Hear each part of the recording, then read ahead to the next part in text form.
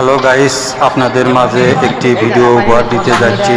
এটা পাট শাক হচ্ছে আমার বড় আম্মার পাড়াপড়শি হিসেবে বড় আম্মা হয়, সে মৃত্যুবরণ করেছে। তার আজকে অনুষ্ঠান, নামাজের পরে খাওয়া দাওয়ার ব্যবস্থা হইবে এবং পাট শাক চলছে। আপনারা সবাই আমার বড় আম্মার জন্য দোয়া করবেন, সেই যেন বেহেশতবাসী হোক এবং তার জন্য কিছু খাওয়া দাওয়ার ব্যবস্থা বন্ধুদের জন্য এবং লোকজনের জন্য খাওয়া দাওয়ার ব্যবস্থা করা হয়েছে। সেই জন্য পাক শাক করা হইতেছে আমাদের গোসাইবাড়ি মধ্যপাড়া গ্রামের এবং সম্পর্কে বড় আম্মা হয়, সে শুক্রবারে মৃত্যুবরণ করেছে।